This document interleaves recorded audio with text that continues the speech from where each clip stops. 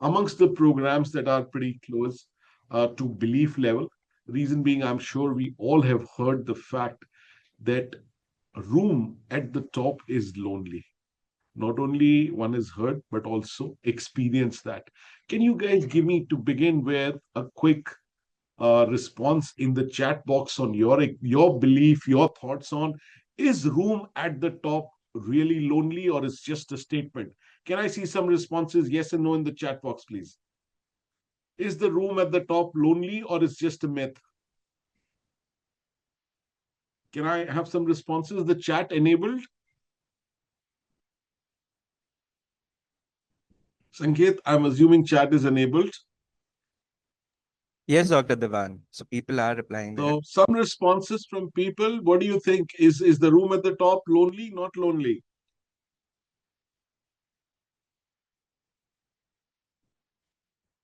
So it's a mixed response, Dr. Devan. Some are saying it's a myth. Some are admitting that it is lonely at the top. So it's a mixed response. So say that again, Sanket. I'm saying it's a mixed response, Dr. Devan. Some are saying it's a myth, but some are admitting, yes, it's very lonely at the top. All right. So let me break the myth and set the context. Room at the top is usually very lonely. As a leader, your frown or your smile can make a difference to the stock market, and therefore everything has about keeping it personal, be it your emotions or be it your challenges at workplace. And what what the leaders really survive and thrive upon and count on is their teams. Very early in my leadership role, I learned that there is, the day you become a leader, it's one very strong sign, and the faster you believe, the faster you succeed, is there is nothing that you will now be able to achieve on your own. The fact that you've been put into the leadership position is a confidence in your capability to lead others to success. And while you lead others to success, you somewhere get really lonely. And that loneliness is fulfilled by your immediate team you work with. And that is what five behavior makes an apt program for any leader taking over a new team or any leader struggling with the existing team. As I unfold, I think each of the five behaviors is like a jewel in the leadership concept. I know jewel doesn't really, as a word, go into when we talk professional corporate scenarios, but it is, I am at lack of any other word for this because that's how beautifully Patrick has done this job. Once we set the context, I hope you're able to see it the same way as I see it when I speak about this to you.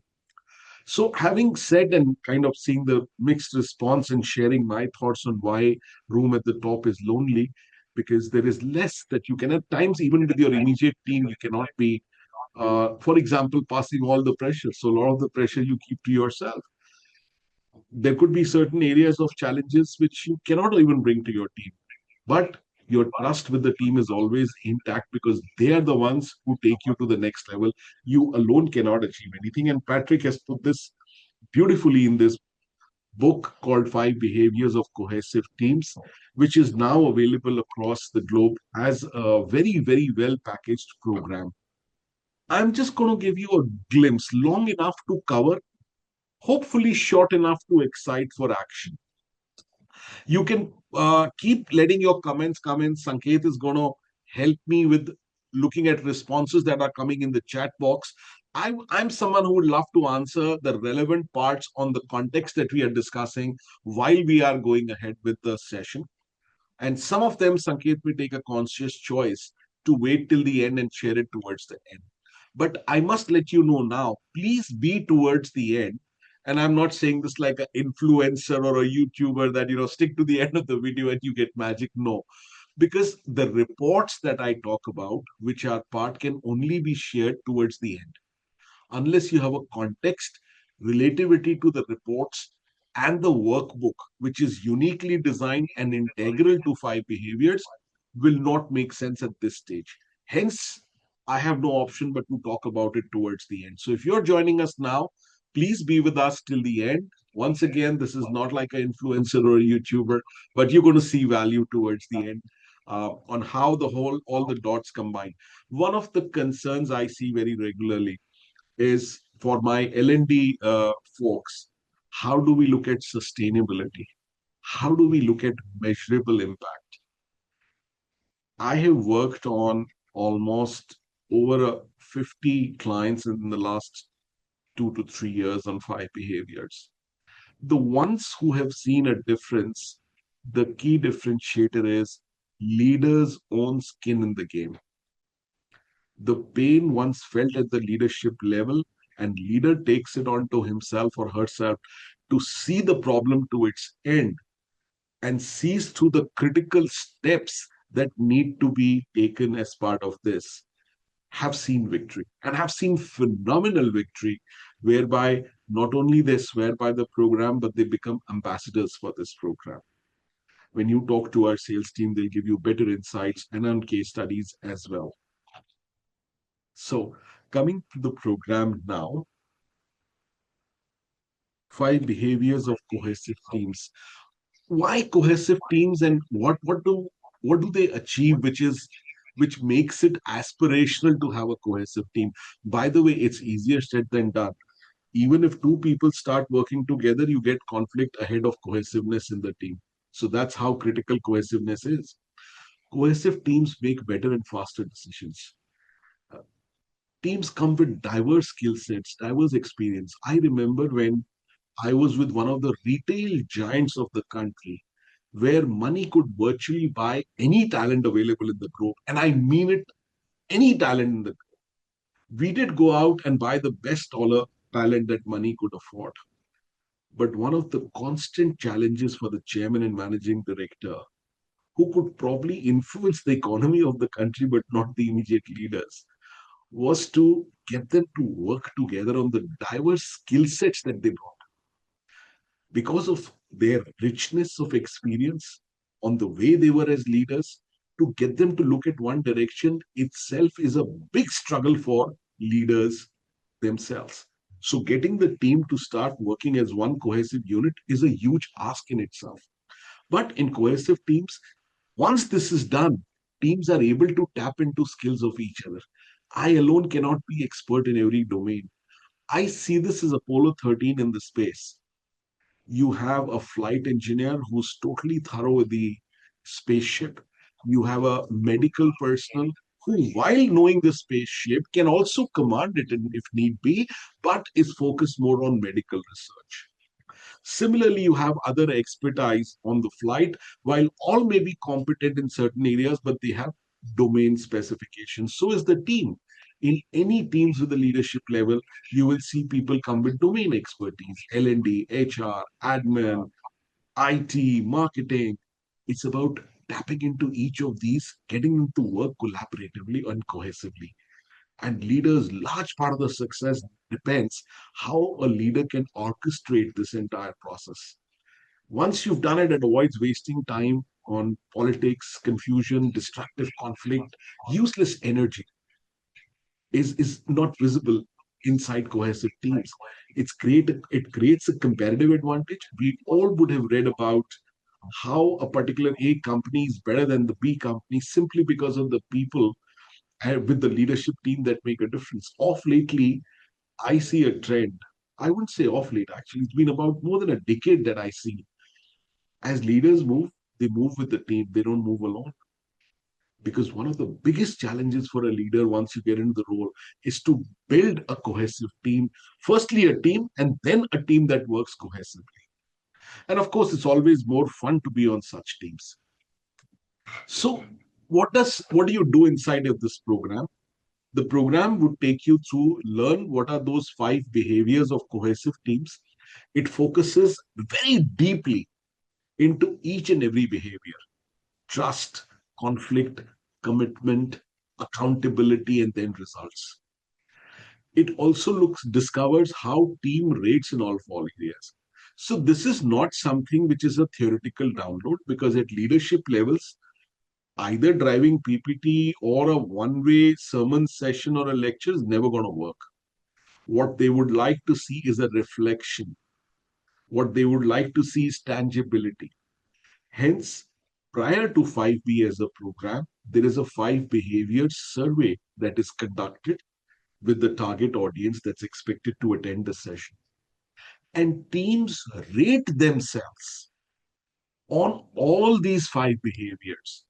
So before the start of the program, teams would know on a scale of 5 where are they on trust, where are they on conflict, where are they on commitment, accountability, and results. So one is a scale. Second is what makes them be where they are. So you get subjective insights based on feedback shared by the team. You get an objective score basis an average rating of everybody. And over and above, which is, I think, one of the most beautiful parts of the program, is to recognize how this style influences your behavior. So, what this program does, it takes the concept of 5 behaviors on one side, it takes DISC on the other, blends this together. So not only you look at your strengths and opportunities inside of 5B, but you also understand each other from a lens of DISC. Now imagine a team where people take years to understand each other. A DISC instrument in a 2 day or a 3 day program or even a 1 day format gives you an insight into your colleagues. I'm reminded of a beautiful example where while we are doing the DISC exercise, which is followed by a personal histories exercise. I'm referring to one of the exercises that happens in the program. In that, there's a moment where it talks about an example of a CFO who's seen inside the company as someone who's very cut and dry, lacks emotion, and people say he thinks that, he's trying to give his personal money. Whenever we send our bills, we ask for budgets, this guy acts as if he's giving his personal money. Come on, end of the day, it's the company money. Why does he have to behave as his money is coming from his pocket? And he's such a stingy guy. You send a budget, the budget is normally down by 30%. That's the image of the person.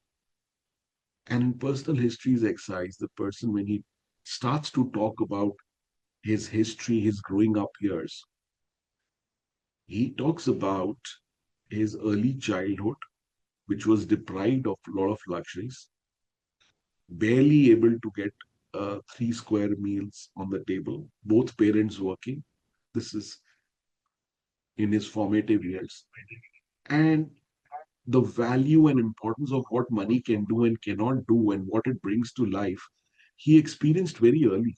And as you would know, these experiences not only leave scars, but they also shape your mental conditioning on what's your relationship with the world around you, including money.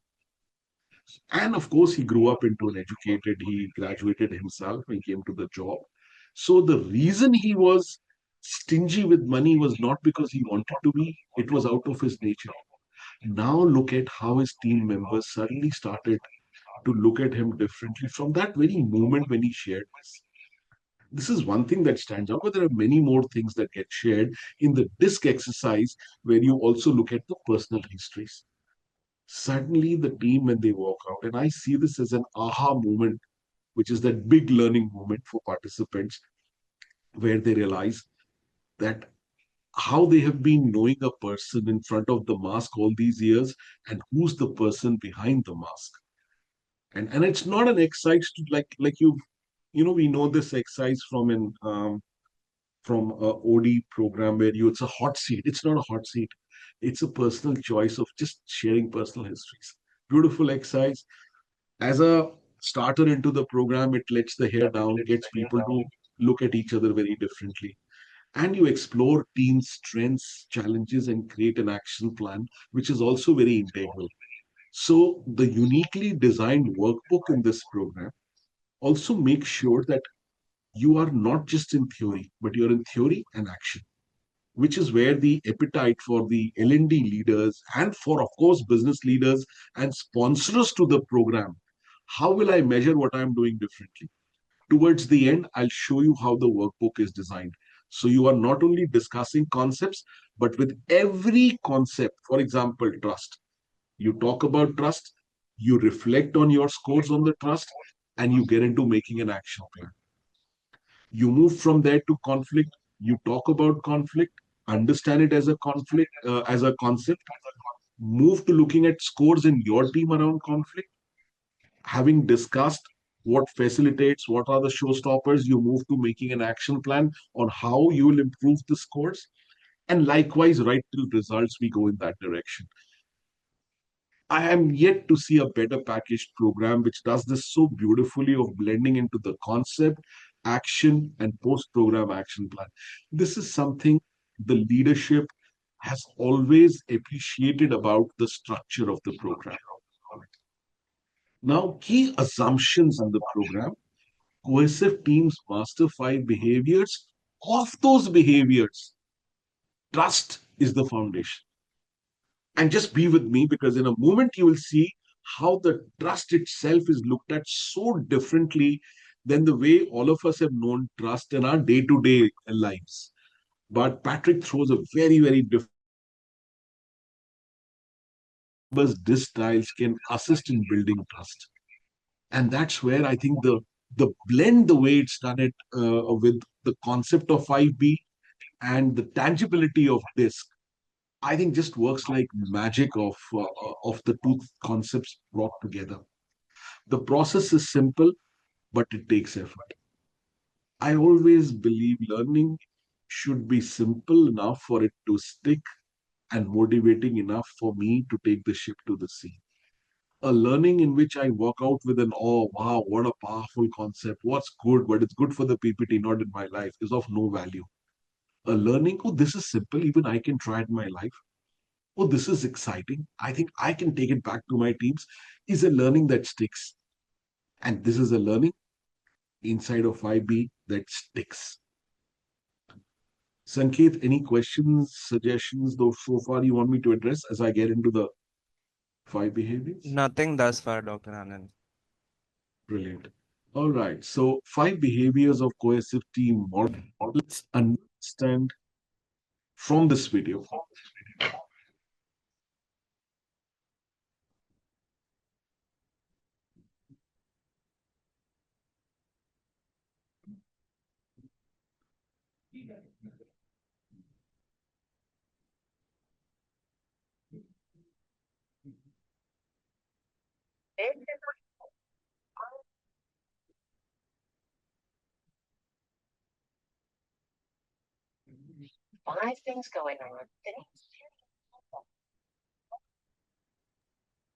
Dr. Anand, the video is not audible, or is it just me? Yes, it's not audible. I need help from our host to put this together. Host, can you help? Yes. Anything you want done differently from my end, let me know.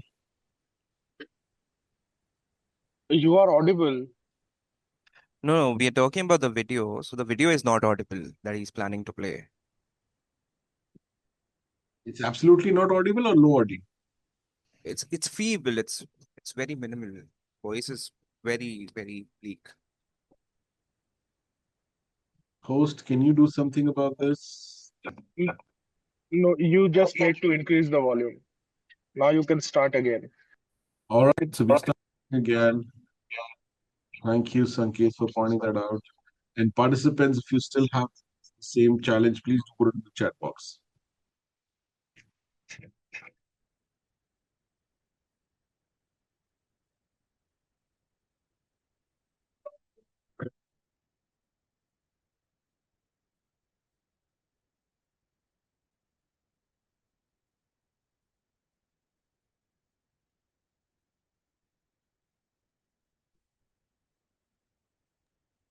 It's still the same. Sanket, not okay. Yeah, it's still the same, Dr. Devan. We can't hear it. Tanya, host, anything that needs to be done? Should I stop sharing and reshare again? Do that, sir, because it's completely at your end. All right. Well, let's try this one more time.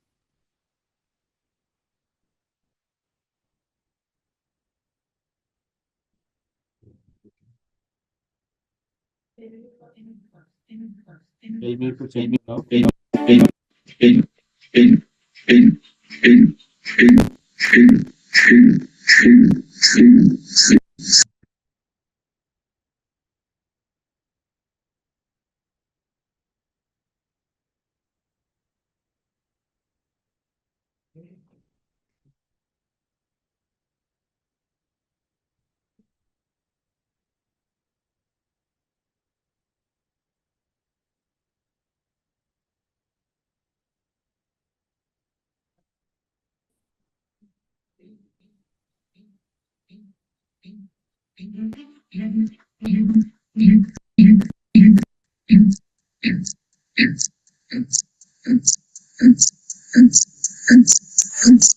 My team.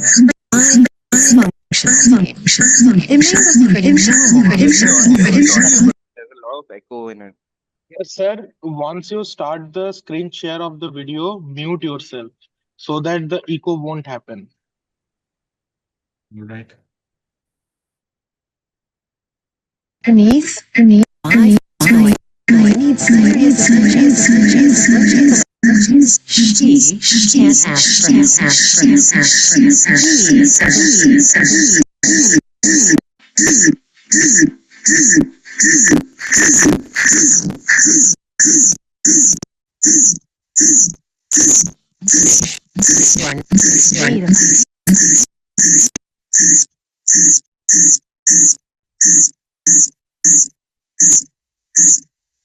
Dr. Dewan, you're on mute and it's still the same. I was just apologizing to the participants. Children and electronics rarely makes you proud when you want them to. We always test all this ahead of the sessions, but still you have some surprise or the other. My sincere apologies. I'm sure we'll get it right. I'm going to do this one more time. And we're gonna try some. And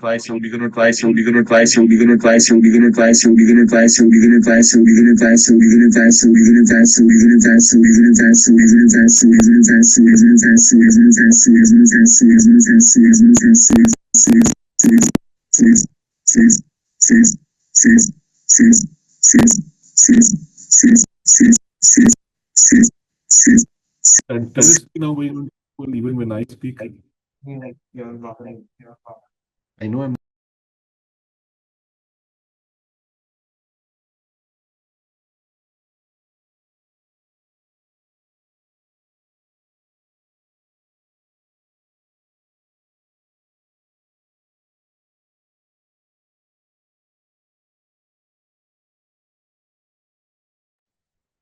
Yes, Daniel.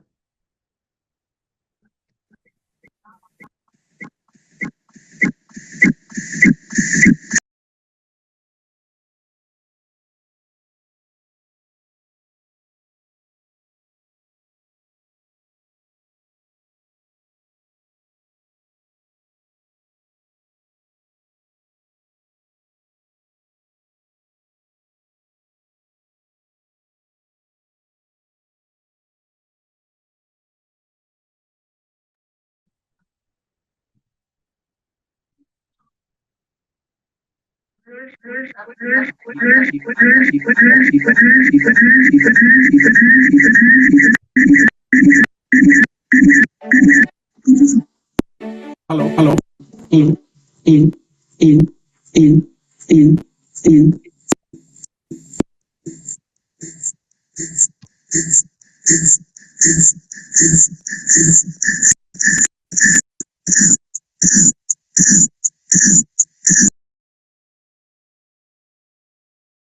I think what we'll do is for now, I'll take over the role of the video and take you through the concepts rather than investing and taking your time on just trying to put the video.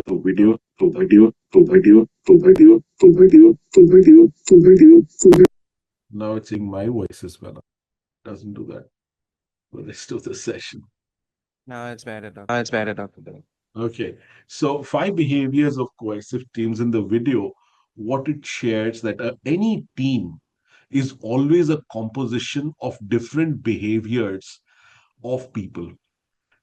You would have come across people in teams who are fairly vocal about what they think. You would have come across people who are pretty much wanting to get along with what's happening with the team and make sure everybody is comfortable, they stay together, the environment in the team is nice. And then you have team members who have a very fine and strong eye for detailing. They love to get, even when the meeting is on, they, before they say yes, no, they need all facts, figures on the table before they move forward. Find themselves a little uncomfortable in taking decisions where they cannot see uh, whatever is being said by facts, data. And then you have people who are kind of the lifeline of a meeting. They are the ones who bring in those a little bit of lighter moments. Somehow you would see that they have this canny ability of getting along with everybody in the team. All are different, and these different behaviors, if you observe a team by taking a step back, you will see most teams would have more or less similar behaviors. So the video essentially shows you those behaviors in actions. I hope with my very, very poor acting skills, I would have tried to demonstrate these four different people you will always find in team. The multiple of number of fours could be more, but similar behaviors with more number of people would there. Now, when we talk of trust with these teams, some of the things that lead to that, when your co-workers admit their mistakes, does it make you trust them more? Yes or no? If you could put it in the chat box, please. And Sanket, you can just, give me a sound bite. What do you see there? When your co-worker admits a mistake, does it make you trust them more? Yes or no? It's a unanimous Unanimous. yes, Dr. Dewan. Unanimous yes. So let us see what the computer has to say. And 84% when we did the survey also said yes. I always say to my team, mistakes are made by those who work. The best way not to make mistake is don't work. And for a little more impact onto that, गलती वही करते हैं जो काम करते हैं, जो काम नहीं करते वो क्या गलती करेंगे.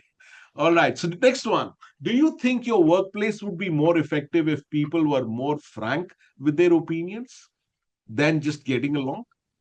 Yes or no? Do you think your workplace will be more effective if people are more frank with their opinions? Yes or no? Sanket. We've got one no, Dr. Dewan. Majority are saying yes. We've got a no amidst all the yeses that we've got. Who's got the no? Switch on the camera. Get the person in the spotlight. Who's saying no? Why do we have an outlier when majority are saying yes? I still don't know what the score in the survey says though. 71% said yes. Do you think your workplace would be more effective if people were frank with their opinions? I think a lot of times in team meetings, one is struggling looking at expressions. Is that a yes, no, or a yes, no? Is that a yes or a no, or is that a yes, no? Imagine a meeting where you know what the opinions are, whether it's a yes or a no, and you get it right there. I think a simplest way to put it is when you get what you see is a beautiful place to be in teams. But you don't get what you see is a very dangerous place in teams.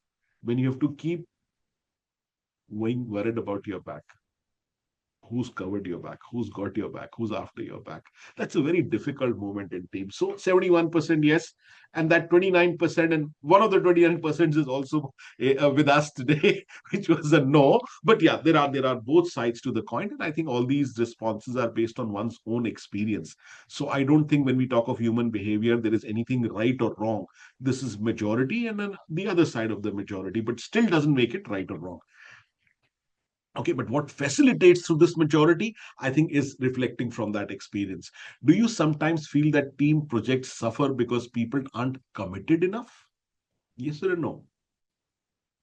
Do you sometimes feel that team projects suffer because people aren't committed enough? How's the trend?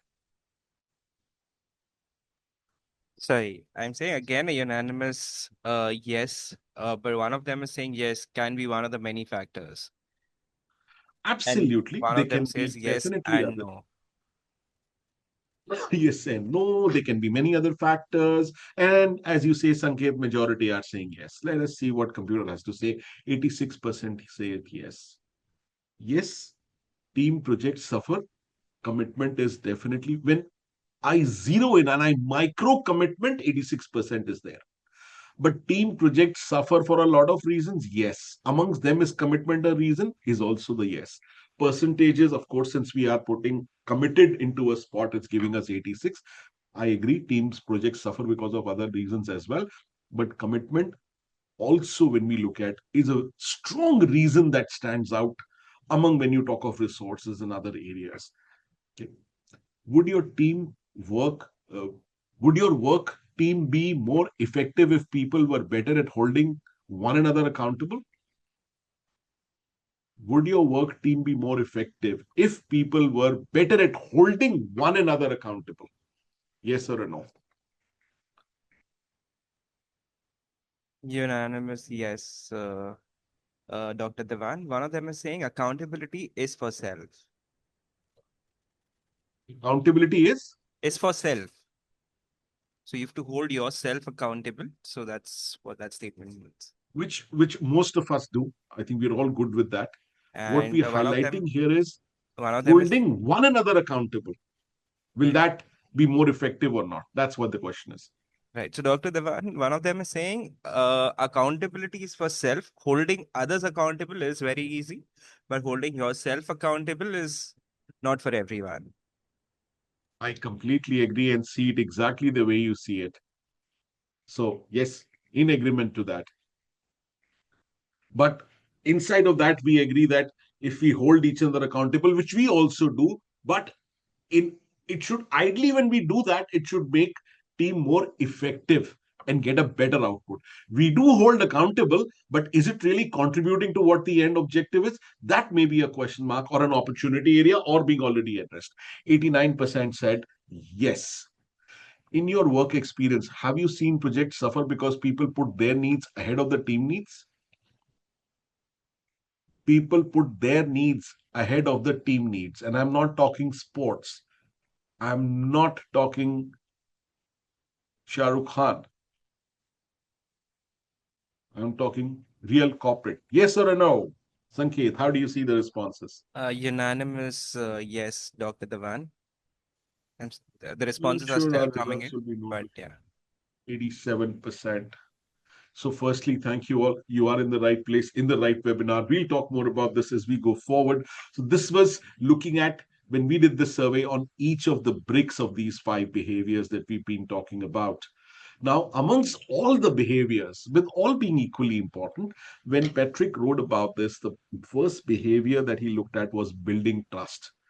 And I hope the video works. If it doesn't, I am always around. The way I've run this program, I virtually co-facilitate it with Patrick. Okay. The definition of trust. So let's go ahead and get started and talk about the first behavior that we have to master to make our teams great. And that behavior is trust. Now that sounds obvious, doesn't it? You're thinking, no duh. Is this really anything new? Well, the thing about trust that's important is most of us think about trust as what I call predictive trust. That we have to be able to predict one another's behaviors. Well, any group of people, any two people that have known each other for a long period of time will have predictive trust with one another. They'll be able to predict one another's behaviors. If I say something, you know that this is what I'm probably going to do. Or if you tell me that you're going to do something, I know what's actually going to happen. I can predict your behavior. That's not really trust when it comes to a team. The kind of trust that I'm talking about on a team is what I call vulnerability-based trust. Vulnerability-based trust is the kind of trust that comes about when human beings on a team can and will say things to one another like, I don't know the answer, I need help, I think I made a mistake, or even, I'm sorry, I think I did something that was wrong. When they can be completely vulnerable about who they are, mistakes and warts and all, it creates a dynamic on a team that is just invaluable. And we all know how powerful this can be if we think about teams we've been on that didn't have vulnerability-based trust. And we've all experienced that in our careers. Once I worked with a team that was struggling, and they asked me to do a 2-day offsite for the team. But before I did that, they said, come observe our staff meeting so you can see kind of how we interact with one another. And so I went to their staff meeting. I noticed something very interesting, kind of funky, if you will. There was this one person on the team that whenever she spoke at the meeting, every time she said anything, the room would go silent. There'd be this awkward pause. until someone changed the subject and they moved on to something else. Every time she spoke. So they'd be talking about competitive analysis and what they needed to do to fight off a threat from her competitor. And she would say, well, this is what I think we should do. And people would go silent. And somebody would change the subject. They'd be talking about something else, strategy or something. And she'd say, well, this is what we did at my last company, and this is what I think we should do. Silence. It was the weirdest thing. So after the meeting, I went to one of the people on the team and I said, what is going on? Why does nobody ever say anything after she talks? And they said, because we've learned that whenever we disagree with her or have a different idea than hers, she always defends herself. She never acknowledges that we might be right. And we finally decided, why bother? So we thought that was interesting. So a little while later, we did our 2-day offsite with this team, and we went off, and during the first day of the 2-day offsite, we talked about trust and vulnerability and the need to open up and be open with your teammates. And we also talked about strategy and tactics and everything else the team was doing. And that night, we went to dinner. Before the second day, we went to dinner at an Italian restaurant where we had wine with dinner, which is the great elixir of truth on many teams, as you know. And this woman, after having a few too many glasses of wine, stood up at the end of dinner, raised her glass and said, kind of like a toast, said, hey, you guys, we've been talking about trust today, and I just want you to know I've been married for 10 years now, and I've just barely learned to trust my husband this year, so I'm not going to be trusting you guys anytime soon, if ever. Cheers. And we were like, cheers, all right, you know. And we thought, okay. I went outside with the team leader, and we said, okay, this is the problem. This poor woman has some deep trust issue that probably dates back to her childhood. So we just had to work and try to get her to open up. Well, eventually, this woman left the organization. And do you know that the very next meeting they had there, without her, it was a completely different team. You'd have thought they had swapped out every member of the team for a new one because it was completely different, the dynamic. And the moral of this story is this: if just one member of a team cannot be vulnerable, it spreads like a disease to the whole team. Just one member. So we have to ask ourselves, and everybody's going to come to vulnerability different ways. Depending on your disc type, it's going to look different. But you got to know that everyone is committed to getting there, and that will make the difference on your team in building trust. I think Patrick has already beautifully explained what does really trust mean. And normally we look at trust as, I trust you to do something for me. I trust you to act in a certain manner. But very rarely we've looked at trust from a vulnerability standpoint. Imagine a team where I can actually stand up and say, well, I really don't know, or I need help. In my career till date, I'm yet to see an experience. Maybe one-to-one, somebody is okay with me. But inside of a team, for somebody to stand up, we are all wanting to look good. We are all wanting to look better than the other. But in a team where a leader is able to facilitate this, can really be music. And we see in 5 behaviors how teams have really gone and worked upon this behavior and seen value inside of that. Because when you know that I can trust the person sitting next to me, there is nothing to hide. There is nothing to keep to the chest. So if that were to be the kind of level of trust, it makes it easier for me to voice my disagreements, bring up conflict, bring conflict which is healthy conflict, bring conflict which is contributory conflict, bring conflict which takes the team forward. That is the beauty of the healthy conflict. When there is trust, team members are able to engage in unfiltered, constructive debate. Healthy conflict focuses on concepts and ideas to produce the best possible solution. In absence, people tend to keep their chests to the cards and walk out of the room. I already told you so. I knew it's not going to work. That's unhealthy.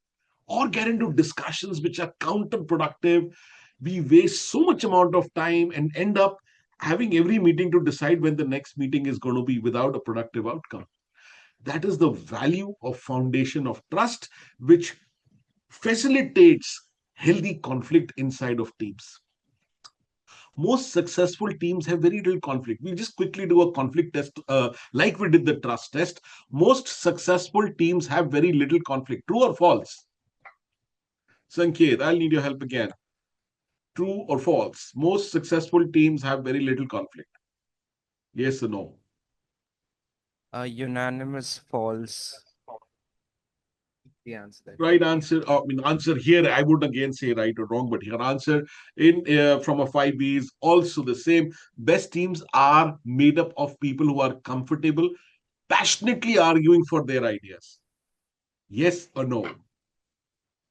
Let's get some answers. I can see responses clicking like the scoreboard. I think such audience is always inspiring for the person who's leading the webinar to keep coming up with more and bringing in experiences as well. Thank you so much. Keep those fingers moving on the scoreboard and the keyboard as well. Sanket, what's the score looking like? Unanimous, yes, it's like 100%. Unanimous, yes. All right. No matter what the cultural background and family norms, people generally feel the same way about conflict. They prefer to avoid it. There's a catch here. There's a catch in this one. And I got it clarified from the author himself. So, yeah, let's see what the answers are. Sanket, how do the answers look? It's like a 90-10, Dr. Devan, where a couple of them are saying false. One of them is saying yes, sometimes no, but majority are answering it as true. It is false. Why is it false? Look at the context. And I understand when you say false, and that's why I said there's a kind of a trick here, and I clarified. No matter what cultural background and family norms, people generally feel the same way about conflict. They prefer to avoid it. That avoidance basically is what you call as artificial harmony. There is conflict inside, there is disagreement inside, but that's not on the table. It's silent, unhealthy, unproductive, counterproductive conflict. But at the face of it, it appears we are avoiding it. So that is where it decodes the cultural aspect of conflict and takes a deeper dive for team to see and reflect where do they stand on conflict, and how do you take it from unhealthy conflict to a healthy conflict. So what seems as avoidance is actually a conflict which is somewhere there. Understanding team members differing experiences with feelings about conflict helps a team engage in unfiltered productive debates.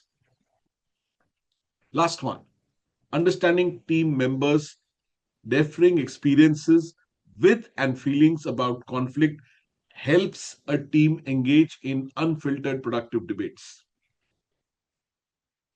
Where do you see this going, Sanket? It's edging towards true, Dr. Devan. Not edging, I mean, it's a landslide victory for It's true. landslide victory towards two. You should go for election results announcing as well. You never let me know By that till the next end time. which side it's going to be true or false. Keep me guessing as well. But thank you. Yeah, that's how it is. So that's where the whole piece of conflict is reviewed with the foundation of trust and the ability for team to engage in healthy conflict. You already got two very solid bricks. Now these bricks are not coming as gyan download or information or a concept. It is coming to you while you understand what is conflict, what is trust. You move to the workbook which reflects your scores on these parameters, which reflects on what is an ideal benchmark of companies surveyed vis-a-vis where do you stand, and then it is going to ask you a question. So if this is important to winning of your teams, what as a team are you committing to? And that action plan is a joint accountability of team members put together. So the commitment, not just from a program standpoint, but the commitment to action plan is also sealed brick by brick. Towards the end, that workbook becomes your working document end of the program. And that is where I need all the attention from my L&D team members who are here. When you recommend this product, you can recommend this confidence because firstly, it goes to the highest level of visibility in the organization because we typically recommend this starting top down, which means n minus 1. And then we have ways which I'll talk about where today it is available. How do you percolate down right till the individual level as well? Next one is about achieving commitment. When team members are able to offer their opinions, debate ideas, they are more likely to commit to decisions. Now imagine we are all committed in our households. We are all committed in our friendship, in our relationships. Why? Because there is element of trust. There is element of vulnerability based trust. There is an element of being able to voice what we feel like and not hold our opinions to our chest. And there is therefore that much more commitment which is stemming out of the fact that there is trust, and I have voiced what I feel about it. And now I feel very committed because there is a different sense of ownership in scenarios like this.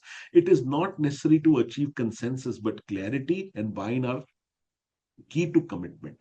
Agree to disagree in teams is also a good agreement, but keeping the agreement to self is where the challenge is, which is where the unhealthy conflict with the artificial harmony is a killer.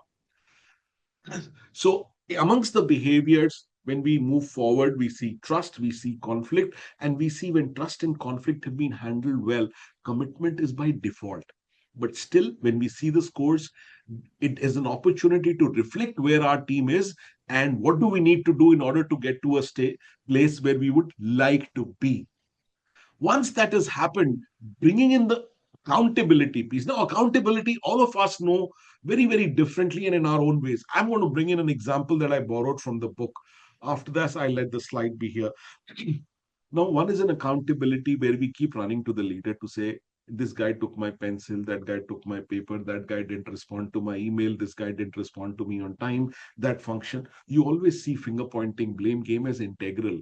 Some places it is so integral, it just comes and makes it roots in the culture of the organization itself. But here, the way we see it, accountability is in cohesive teams. Accountability is the ability to positively hold each other accountable. When you hold each other accountable positively, you're not trying to win a score. You're not doing out of politics. You're not doing out of manipulation. You're not doing out of one-upmanship. You're doing because you trust in that person has good interest for me and I have good interest for the other person. Now remember, this may sound like a little touchy-feely, but it's not that. It is something when you attend the program with stories, with examples, you'll be able to see what beautiful world it creates at workplace where you look up and you look forward not to work from home and get to office, because it's not just work. There is this whole team spirit that engages, energizes you at the workplace. In situations like this, where there is trust, there is healthy conflict where you voice. There is commitment because you voiced and people listened. You bring in more commitment. You have a skin in the game to make it a success. Then you're able to hold others accountability. Most of the leadership best lessons have always come from military sciences. Have you ever heard or read in a war where a soldier tells the enemy, wait for a second, let me just go back to my general and inform that my colleague on the other bunker is not throwing the bombs on time and most of his bullets are not hitting the target? It'll never happen. They hold each other accountable, you know. And imagine a corporate world where you don't have to wait for the leader to come in. You're able to walk in, and the person takes your feedback in the right spirit and interest of the team and deliverables, not as trying to run the other person down or trying to score a point. That is the environment it creates. How do you do that? Is a point of action plan based on the score that you achieved on accountability.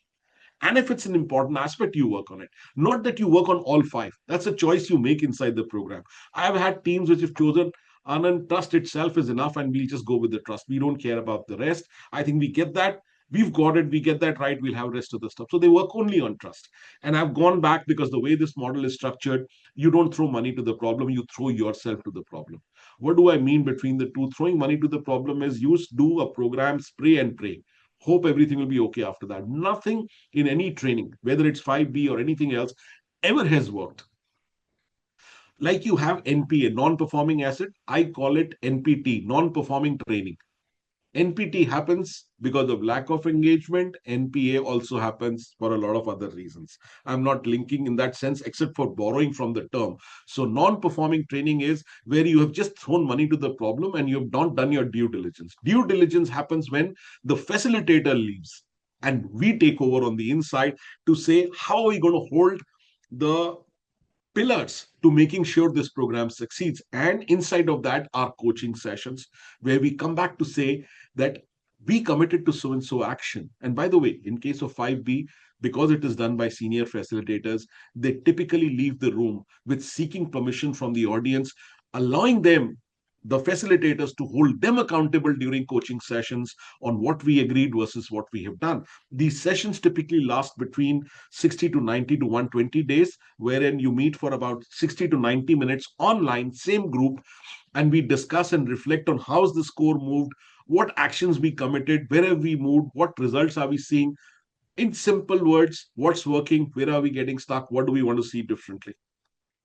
When everyone is committed to clear plan of action, they are better able to hold one another accountable. Teams must be willing to call one another on behavior or performance that isn't up to on agreed standards or hurts the team. Be able to call one another, not the supervisor, to say, fix this person. You don't need that in cohesive teams. You're able to do that and pull up the other person. Even if the person is falling short, you're able to pitch in to get the other person to move in order to get the team's success. Definition of And accountability. accountability is the hardest one for teams to embrace. You know, in working with teams over the years, we found that this is by far the most difficult part of forming a team, is getting people on a team to hold one another accountable for what they've agreed to. Now, notice what I said there, to hold one another accountable. I didn't say for the leader to hold people accountable. You see, the leader is not the primary source of accountability on a team. The leader is the ultimate source, but the primary, the most frequent source of accountability on a team needs to be teammates, peers. Peer pressure on a team is the best thing we've got going. That's where accountability lives. Somebody turning to one of their teammates and saying, hey, we committed to that. I thought you were going to do that. It doesn't look like you're living up to that. That's a beautiful thing. And you see whether it's military or fire department or doctors in the emergency room, people don't go to their boss and tell on somebody. They confront one another directly because they know that's the way to get things done. And the very best teams very, very infrequently have to go to the leader and tell them about something. That just drags us into politics and delay. Great teams turn to one another and say, hey, listen, we trust each other. We've engaged in conflict. We committed to that. It would only make sense that I would confront you directly and say, what's going on? That is the most beautiful thing you can see on a team, is people holding each other accountable. Now, what's ironic about this is the only way to create peer-to-peer accountability is if the leader demonstrates that he or she is willing to hold people accountable. See, it's ironic. The more that a leader is willing to do it, the less likely that he or she is going to have to.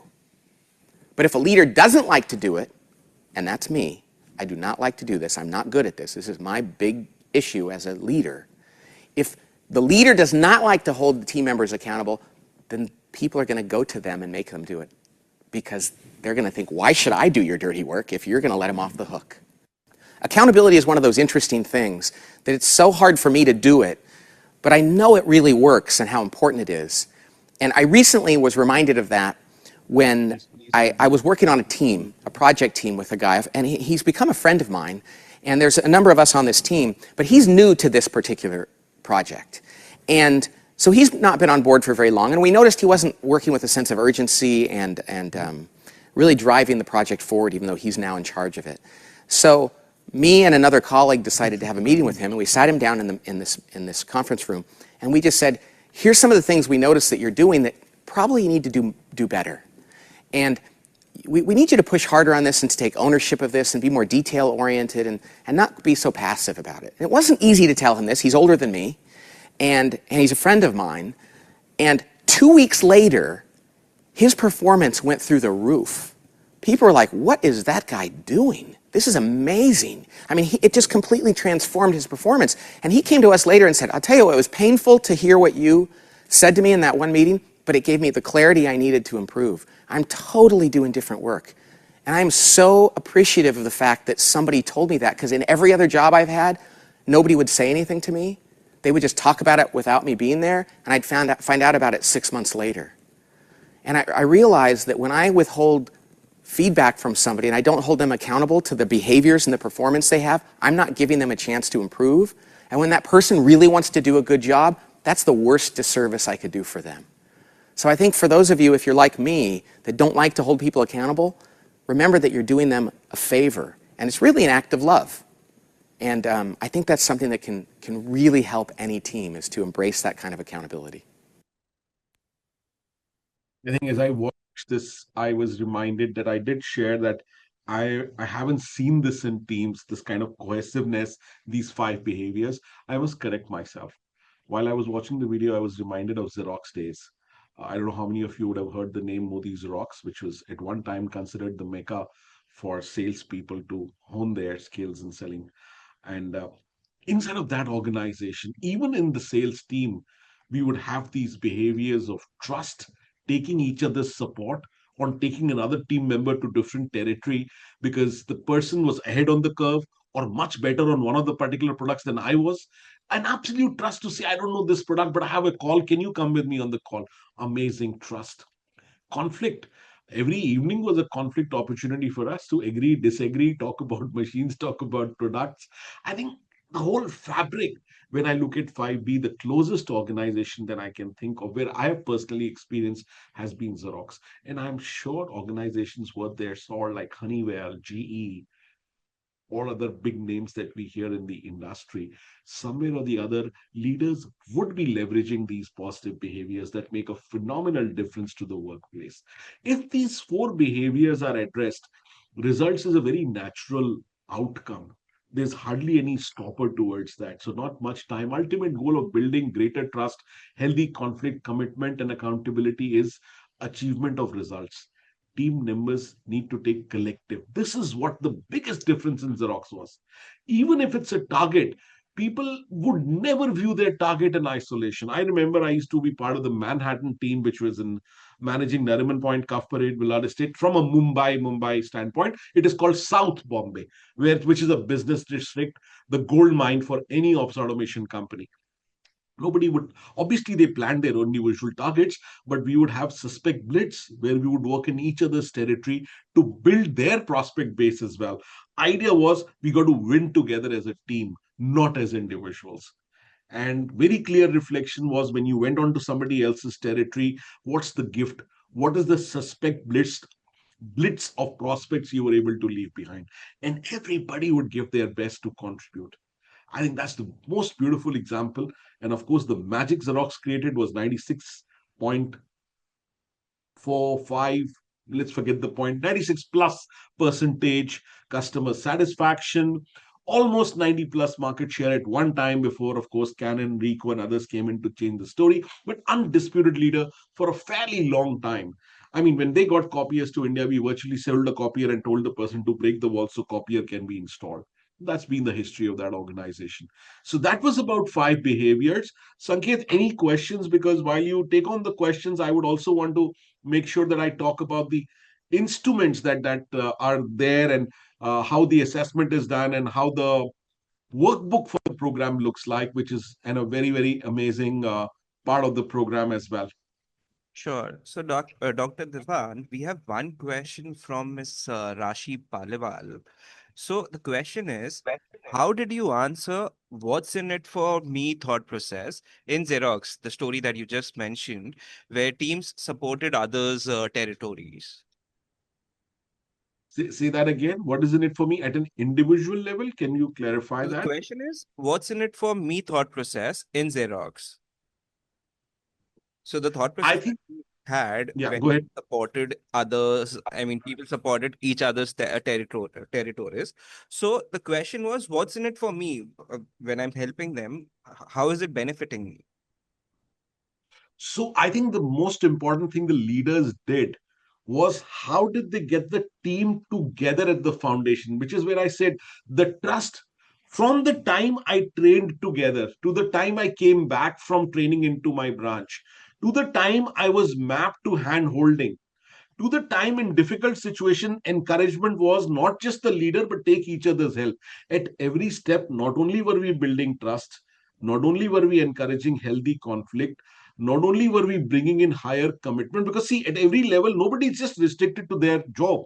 If help is required, you are seeking help from your colleague, whoever on that particular day can afford to be with you in that territory. So it's kind of a nurturing in that direction. And that's when the whole idea, when it says that your targets are not your targets alone, but it's the team targets. So there were incentives, there were behavioral acknowledgements, there were recognition of the rewarded behaviors. All of that put together, I think, made it the team what it was. So what is in it for me was feeling of that one unit that If I were to think only about me, I'll feel isolated. So it was always about, we used to go movies together. Of course, outings and all today are very common. Today, I think it's being driven by HR, but that time it was more driven by an entire branch and individuals inside of those branch. Did I answer that question? Whoever, maybe we can seek a response. So, yes, the response is perfect. That's what I wanted to Yes. understand. If this was rewarded, both incentivization as well as recognition. See, incentivization both ways. I would say there is financial incentivization, there is recognition incentivization, and as HR, I think these behaviors are often leveraged.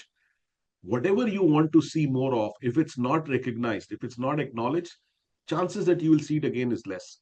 When you're seeding a culture, it's important to put the right seeds, recognize their growth, acknowledge their growth, so that when other trees and plants are growing, that environment has already passed on. It's a given. It no longer needs incentivization.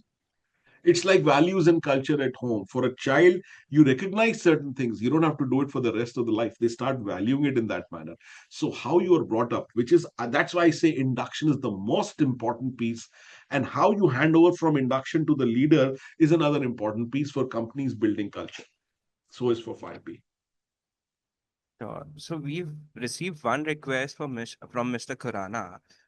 He wants the first video. I mean, if we can try running the first video again, which we were unable to previously, can we give it one more attempt to that? Sure, let me try.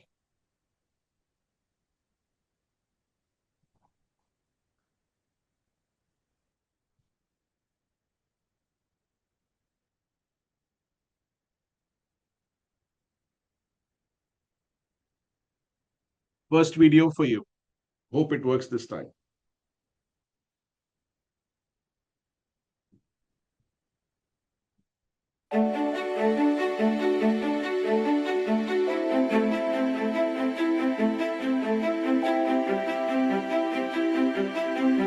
This is my team, my dysfunctional team.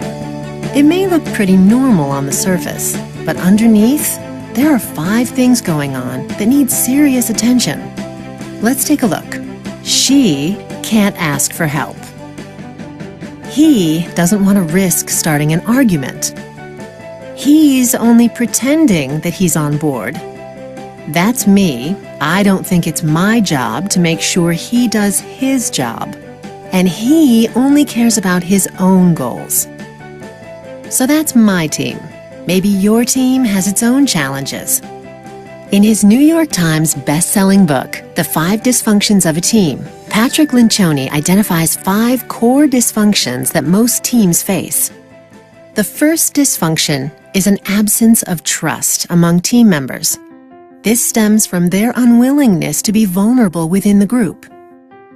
Vulnerability is about being able to say and genuinely mean things like, I screwed up, I need help, and I'm sorry.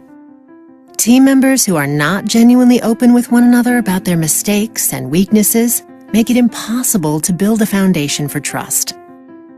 This failure to build trust is damaging because it sets the tone for the second dysfunction, fear of conflict. Teams that lack trust are incapable of engaging in unfiltered and passionate debate of ideas. Instead, they resort to veiled discussions and guarded comments. A lack of healthy conflict ensures the third dysfunction, lack of commitment. Without airing their opinions in passionate and open debate, team members rarely, if ever, buy in and commit to decisions, though they may feign agreement during meetings. Teams that fail to get this commitment develop the fourth dysfunction, avoidance of accountability. Without committing to a clear plan of action, even the most focused and driven people often hesitate to call their peers on actions and behaviors that seem counterproductive to the good of the team. And this leads to the fifth dysfunction, inattention to results.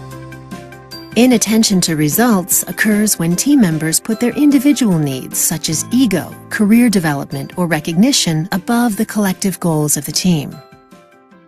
Another way to understand this model is to take the opposite approach, a positive one, and imagine how members of truly cohesive teams behave. First, they trust each other. They engage in productive conflict around ideas.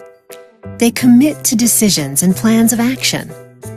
They hold one another accountable for delivering against those plans. And they focus on the achievement of collective results. And that's it. These are the 5 behaviors of a cohesive team. Each one is a deliberate choice made by the team. They do require discipline and persistence, but the payoff can be big. And there's a nice bonus. Not only will the group be stronger and more productive, but high-functioning teams are a lot more fun to work on.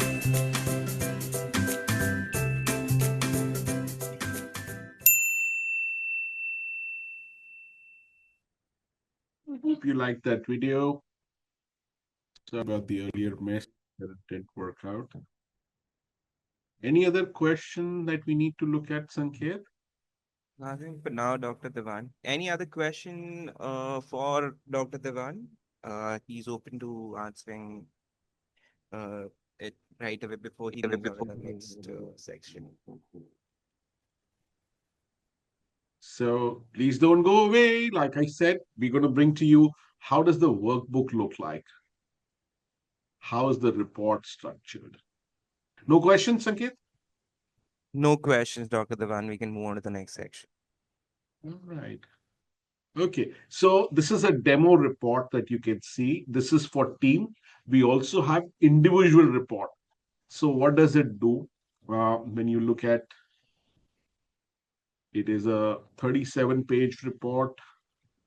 This is how, firstly, it explains, and it is given during the program at the start. So it talks about introduction of these behaviors. Then you go down and move. Then you deal with your computer depending on what model you're using. You pay the money. Always pay for IPR. Some people attempted to do the program after reading the book. It didn't work out for them. It's the way it's not working out for me right now, looks like. Why are you doing this to me? Just give me a second. Is it Friday the 13th is tomorrow? Am I correct? Yes, Dr. Is it Dewan. Friday the 13th tomorrow? So why is this giving me grief today? Huh? Come on, I'm not that bad to you. I do a fairly decent job of the program. First the video, and now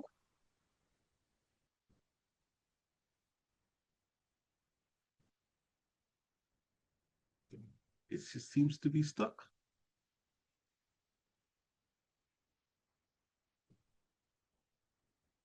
One last try. I'm confident I'll get it. Maybe something to do with the software, or I even tried telling to the PDF that I have done my AI course. You are just a PDF, but I think PDF has taken some offense.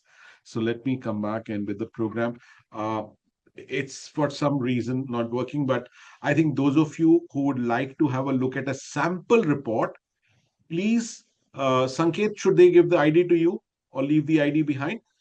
Please put your ID in the Sanket. Where would you like the IDs to be? We can get it on the chat, Dr. Dewan. We can ask them to put it on the chat. So if you could put your ID in the chat box, I assure you that we will send you a sample of how the detailed 37-page report looks like. Post that, should you wish to set up a clarification call, understanding call on a one-to-one basis for your organization, please connect with us. We'll be more than happy to have our business consultants walk you through that report in detail. And trust me, even if you do not have current intentions of running the program, do have a look at the report. It's extremely insightful. Similar is a report which is the individual report. So now 5B also comes as an assessment where you can look at yourself, how good you are. Like somebody mentioned early on, that it's also important that we hold ourselves accountable, self accountability. Your first step lies in taking that assessment on how are you as a team player. And then, of course, you take it to the team as well.